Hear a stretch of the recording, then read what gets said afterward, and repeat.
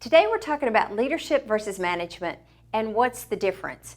Well, I'll tell you, this topic sure can stir up a crowd because you have some people who think leadership is great and management is bad and vice versa.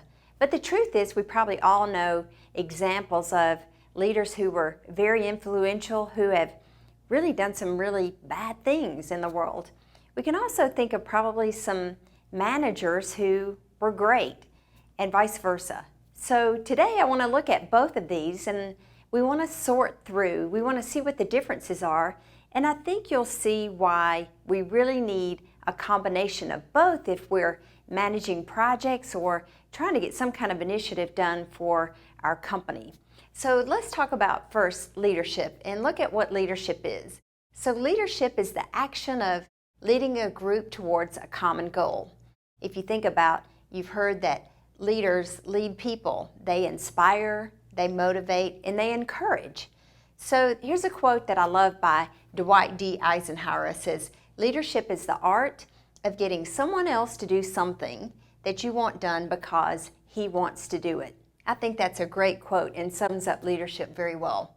So you can look through all kinds of leadership material, but I like the outline of these top 10 leadership skills. Number one, communication, being able to communicate effectively with the group. Number two, motivation. It requires a lot of motivation to get people to do what they don't want to do. Delegation, being able to delegate things that are best suited for someone else. Positivity, keeping people positive probably sometimes in the worst of things. Trustworthiness, being able for your people you're leading to trust you. Creativity, there are most times when we're trying to do a project or initiative where things constantly change, so it's important to be creative and think through solutions and roadblocks. Feedback, being able to receive feedback, but also give feedback constructively without offending anyone, but being able to help them. Number 8, responsibility, taking the responsibility for actions and getting things done.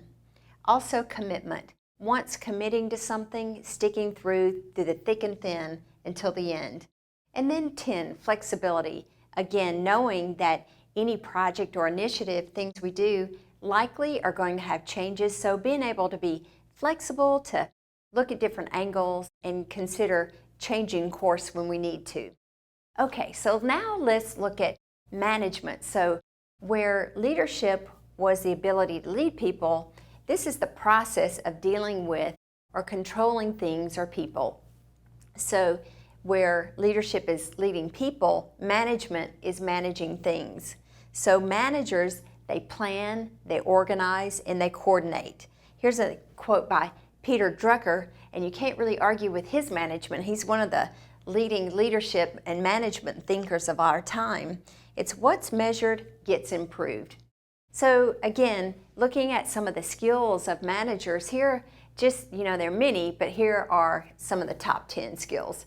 So number one, interpersonal skills, being able to communicate with people, having great soft skills. Number two, communication. Again, like leaders, they have to communicate effectively through written, oral, and other types of communication. Number three, motivation. Although managers are trying to get things done, there's also the component of motivating people to get the task and activities done. Organization, being able to plan out, organize, and coordinate things for the plan. Number five, delegation. Again, it takes a skill to be able to delegate appropriately to the right people. Number six, forward planning. Always thinking ahead, where are we going next? Number seven, strategic thinking. Looking at the big picture and then being able to take that through and fill out the details. Number 8, problem solving. Again, most anything we do with projects or initiative, things are always changing, problems always arise, so having the capability to problem solve is essential. Number 9, commercial awareness. That's really understanding the industry, the market that you're in or that the manager is in, and understanding how that impacts how the economy and all kinds of financial situations can change and impact things. And also 10 is mentoring. So a manager getting people to get things done, sometimes they may need additional training or mentoring, and they're really good at that. So as you can see, some of the communication, motivation, delegation, some of these skills are different, are the same, but you can see where leadership and management vary. So if you need a resource for additional information on leadership and management skills, then sign up for our software now at projectmanager.com.